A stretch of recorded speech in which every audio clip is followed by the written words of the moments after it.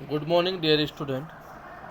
In this slide, we will discuss about कि government के इतने प्रोग्राम्स पॉलिसीज बनाने के बाद भी क्यों फार्मर्स सुसाइड कर रहे हैं. It is the big challenge for us, for government also, कि what are the causes why number of suicide cases in agriculture sector are increasing day by day. तो कहीं न कहीं वीक इम्प्लीकेशन पार्ट है, या there is lack of awareness of government officers those are concern with agriculture department. GDP rate is increasing over the years. It is not generating the sufficient employment opportunities in the country. Second one is growth in agriculture is decelerating. Indian farmers are facing a big challenge from international competition, foreign direct investment, and our government is going ahead with the reduction in the public investment in agriculture sector. करने का मतलब है कि आज international competition की वजह से हमारे फार्मर्स जो अपनी क्रॉप है उसको उनके कंपटीशन के कंपेयर में इतनी प्राइस उनको नहीं मिलती, या इस टाइप का प्रोडक्शन वो नहीं कर पाते कि उनको मार्केट में वो फॉरेनर्स कंपनीज को चैलेंज कर सके या उनसे कंपटीशन कर सके. तो this is the big challenge for our farmers because they are using the old tradition method. Subsidy on fertilizers is decreasing leading to increase the cost of production.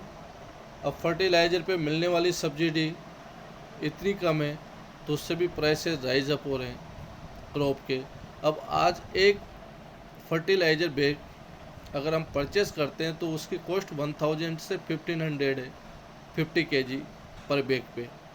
तो 1500 rupees invest करना हर farmers के लिए possible नहीं है.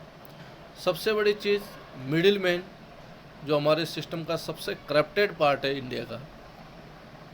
Middle man उन farmer से जो crop 5 rupees पर केजी परचेस करते हैं उसी को मार्केट में 7 to 10 रुपीज़ सेल करते हैं.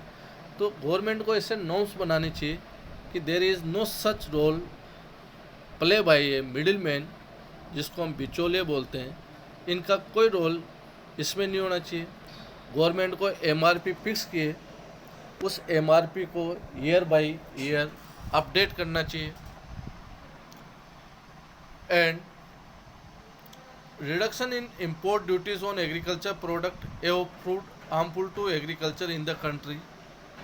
जो import duties गवर्नमेंट बाहर से आने वाले प्रोडक्ट जो एग्रीकल्चर प्रोडक्ट है उसमें import duties कम लगा देती है तो उसकी प्राइसेस और कम हो जाती है. गवर्नमेंट चाहे तो जैसा हमने एर्थ में स्टडी किया था कि हमारी कॉटन यूरोप मार्केट में सेल नहीं हो सके ब्रिटिश के अंदर इन इंग्लैंड, तो उन्होंने एक कैलिको टैक्स लगा दिया हमारी कॉटन के ऊपर, ताकि वो हमारा प्रोडक्ट उनके लोकल प्रोडक्ट से कॉस्टली हो गया. तो ऐसे अगर हम चाहें तो we can introduce the duty tax on agriculture product those we are importing from the foreign countries. Last point, farmer are withdrawing their investment from agriculture, causing a downfall in the employment in agriculture. कितने farmers से जो investment नहीं करना चाहते agriculture sector में क्योंकि उनको डर है कि it is completely depend on the there are certain point like एक फार्मर्स. देखिए, we can take the example of Chittaur. Farmer ने क्रॉप तैयार की, पूरा इन्वेस्टमेंट किया, हार्ड वर्क किया, ड्यूरिंग द हार्वेस्टिंग, जब उसको क्रॉप घर पे लानी है, पता चला कि in the month of March April for a rabi crop rainfall हो जाती है,